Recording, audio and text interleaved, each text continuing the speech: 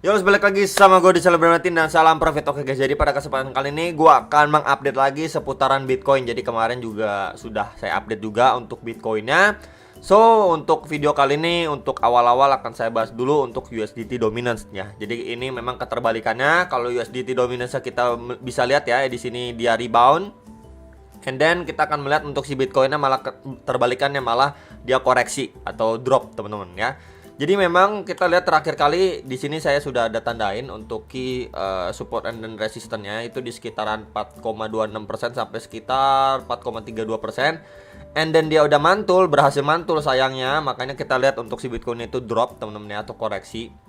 Bahkan dia udah mampu break juga terhadap EMA 34 dan 55 untuk time frame 4 jamnya. So, ini dia udah mendekati dengan area resisten terakhirnya. Ini akan saya rectanglein aja di sini, teman-teman, di sekitar area sini. Nih, kita bisa lihat di highest point terakhirnya itu di sekitar 4,58 sampai 4,66%. Ya, jadi bisa diperhatikan terlebih dahulu untuk next resistennya itu di highest point sebelumnya. Kalau misalkan dia masih mampu untuk lanjut up lagi, ya kita bisa pergunakan untuk trendline yang sebelumnya jadi support ini, and then di flip menjadi resisten. Kita bisa lihat ya, beberapa kali ini kena reject ya, ketika dia nyentuh lagi nih kena reject lagi. Jadi bisa aja ketika dia masih mampu mengalami penguatan ya, di sini kita menjadi concernnya itu di sekitar 4,7% lah, kurang lebihnya di sekitar 4,7 4,71%, sekitar area itu. Jadi hopefully ketika memang dia masih nih dalam tanda kutip masih melanjutkan penguatannya, so hopefully ketika dia hit di kisaran sini dia adanya rejection lagi seperti sebelum-sebelumnya. Maka yang akan kita lihat untuk si Bitcoinnya itu bisa going up atau naik lah ya, jadi kurang lebih seperti ini untuk si USDT dominance time frame 4 jamnya. Next, ini adalah Bitcoin time frame daily. Jadi kemarin juga sudah saya sempat bahas juga ya, ini dari daily candlenya. Kita bisa lihat ini udah jebol ya dari trendline support warna biru ini. Jadi bisa aja seperti sebelumnya nih, kita bisa lihat dia udah drop, walaupun drop bisa aja dibikin fake out ya, jadi nggak lama langsung dia masuk lagi gitu ya. Jadi kayak seperti V-shape recovery lah, kurang lebih seperti itu bisa aja. Jadi mungkin seolah-olah wah ini kayaknya dia mau drop lebih dalam ke kisar $37.000 gitu, ke kisaran 37 ribuan. Malah di area sini dia udah mantul gitu ya, masuk lagi di dalam trendline support ini. Jadi bisa aja. Dan tentunya bisa diperhatikan untuk di lowest point sebelumnya di sini itu di sekitaran $38.500 lah, sekitar area itu ya. Kalau misalkan di area itu kan terakhir kali market ini going up lumayan kenceng. Nah kalau misalkan dia visit lagi di area itu malah nggak ada reaksi dari buyer, berarti nggak adanya demand di area situ ya, bisa aja dia malah masuk ke area 37 ribuan, 37.500 ya, sekitar range area itu. Jadi memang untuk concernnya diperhatikan terlebih dahulu untuk area 38.500 ya. Tapi kalau misalkan dia nggak nyampe koreksi sampai situ aja, di area sini aja nggak lama dia malah rebound, ya udah cukup baik lah untuk si Bitcoinnya ya. Ini secara daily time frame untuk si Bitcoin. Oke. Next ini untuk 4 jamnya. Nah kalau secara 4 jam ini yang saya lihat dari pergerakan sebelumnya, untuk bagian bawah kita bisa tarik aja seperti garis trendline support ya, seperti biasa. Untuk atasnya juga coba saya tarik ya, ini ada trendline resistance. Nah ini kurang lebih terbentuk seperti ini teman-teman ya, Broadening Wedge pattern teman-teman. Nah di sini ada beberapa macam Broadening Wedge pattern, cuman ini lebih istilahnya apa ya, yang dari tengah ini nih, dari atas sama bawahnya itu makin ke atas dan makin ke bawah, kurang lebihnya seperti ini gambarannya. Jadi memang kita lihat dia masih bermain seperti ini teman-teman ya, main di sini, di sini, di sini. Jadi potensially kalau untuk jangka pendeknya memang ada probabilitas untuk dia masih melanjutkan penurunan. Nah at least ke kisaran berapa bro gitu kan, biasa yang nanya ke kisaran berapa kalau misalkan dia melanjutkan penurunannya. Oke, kita bisa perhatikan terlebih dahulu di range area ini teman-teman. Sebentar akan saya tandain dulu nih di range area ini.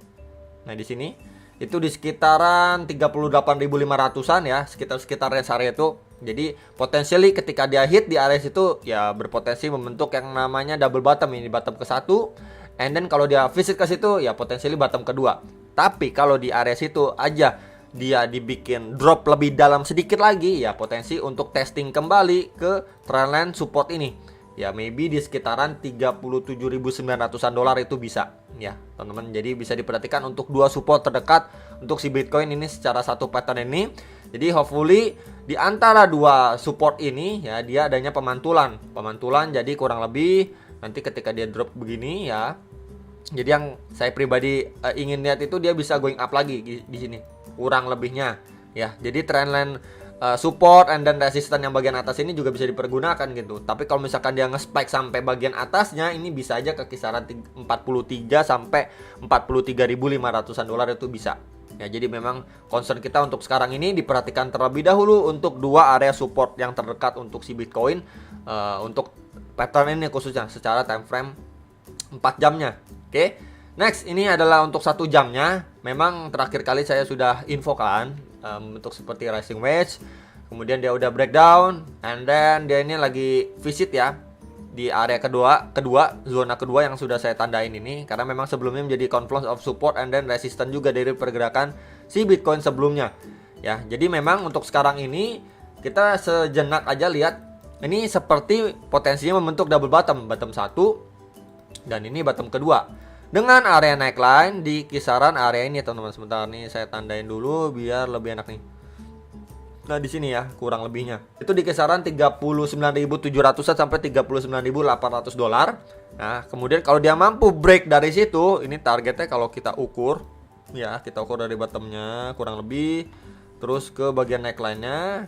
Nah kemudian kita ini aja, nah kurang lebih OTW ke next target kisaran 40.200 sampai 40.300 dolar lah, sekitar range area itu. Pas banget di area situ ya, ini akan saya tandain lagi sebelumnya ya, menjadi area support untuk pergerakan si Bitcoin sebelumnya. Kita bisa lihat nih, ini support ya. Jadi pas banget. And then di situ juga ada EMA 34 dan 55 untuk time frame 1 jamnya. Jadi ada hanya confluence of resisten di area situ. Jadi bisa diperhatikan terlebih dahulu untuk dua area target resisten terdekat. Nah kalau misalkan area ini dia mampu di break ya, untuk kenaikan double bottom ini ya, target yang udah mampu di break, next target itu di sekitaran 40.600 sampai 40.800 lah. Kita bisa lihat ya untuk area zona next target ini, karena memang sebelumnya dia kena reject di area sini dan juga kena reject di area sini. Ya, kita bisa diperhatikan dulu untuk jangka pendeknya beberapa target resisten, dan juga kalau dia malah breakdown tadi sudah saya sampaikan untuk next supportnya. Cuman lebih detailnya lagi kita bisa pergunakan juga di loss point terakhirnya ini di sekitaran area sini ya. Nah ini itu di sekitaran 38.500 sampai 39.000 dolar ya, untuk next lagi kalau misalkan dia malah reject dari neckline si double bottom ini. Ya dia reject, dia bisa short lagi atau englosor gitu teman-teman ya. Oke, jadi itu aja teman-teman yang bisa saya sampaikan untuk video kali ini ya. Semoga bisa bermanfaat buat teman-teman sekalian. Dan jangan lupa analisa kembali sebelum kalian make decision atas transaksi kalian masing-masing. Ya jadi memang secara jangka pendeknya pun udah kelihatan ini downtrend ya. Seperti anak tangga ini begini, sebentar ini akan saya hapus dulu teman-teman.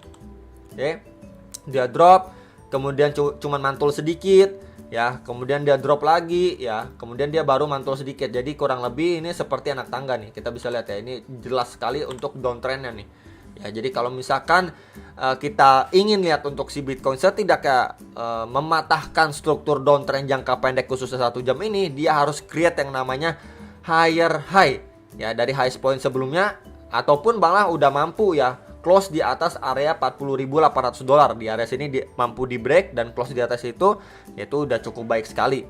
Oke, itu aja sekilas dari saya, dan selamat berakhir pekan teman-teman sekalian. Sampai jumpa untuk next video. Salam profit.